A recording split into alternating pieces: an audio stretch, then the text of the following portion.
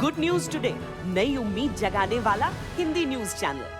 तालिबान के नाम पर मची जंग की ओर 3 दिन पहले जावेद अख्तर ने आरएसएस की तुलना तालिबान से की थी, मगर 3 दिन के बाद भी विवाद है कि थमने का नाम नहीं ले रहा।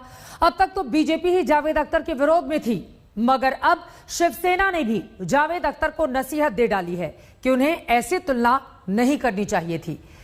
यहां भी यही कहा जा सकता है, मजहब नहीं सिखाता।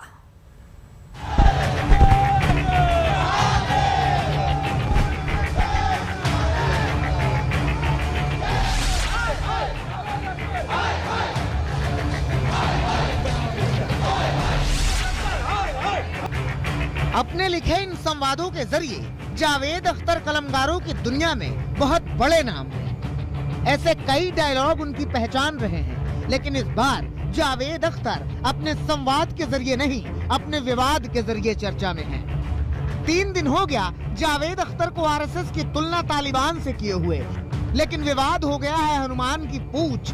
बढ़ता ही जा रहा है, बढ़ता ही जा रहा है।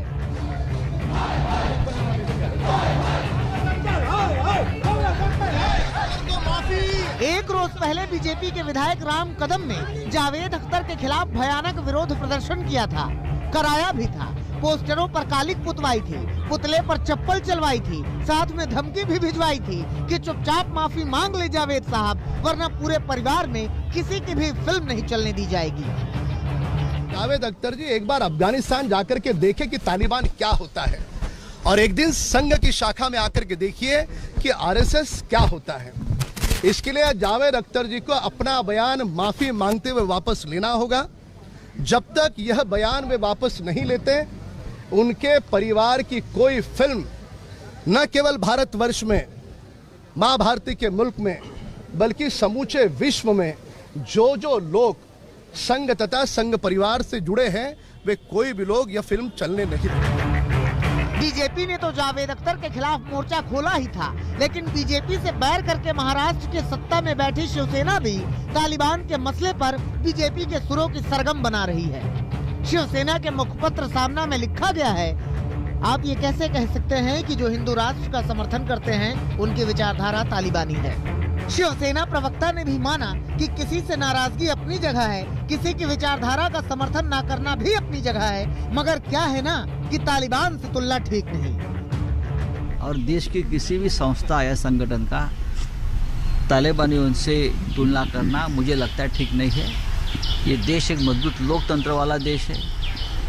चाहे कुछ लोगों की बात हमें अच्छी नहीं लगती है, फिर भी इस देश में तालिबान की प्रवृत्ति और विकृति यहाँ नहीं बढ़ेगी। यहाँ की जनता जो है वो लड़ने वाली जनता है, संघर्ष करने वाली जनता है, और यहाँ की जो पॉलिटिकल पार्टीज है, खास करके अपोजिशन की, इमरजेंसी भी देखी है ये लोगों। शिवसेना को भले ही लगता हो कि जावेद अख्तर को ऐसा बयान नहीं देना चाहिए, लेकिन उन्हीं के साथ महाराष्ट्र में सरकार के हिस्सेदार कांग्रेस को लगता है कि जावेद अख्तर ने कुछ गलत कहा ही नहीं, 100% सच कहा है जावेद अख्तर ने।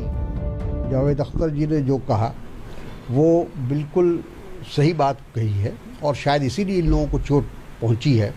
अगर ये हकीकत नहीं होता तो इस पर इतनी ज़बरदस्त प्रतिक्रिया नहीं आती। और जो आज वो ये बात कह रहे हैं कि इनकी फिल्म की शूटिंग नहीं होने दी जाएगी, तो यही तो तालिबाना तरीक़ा है।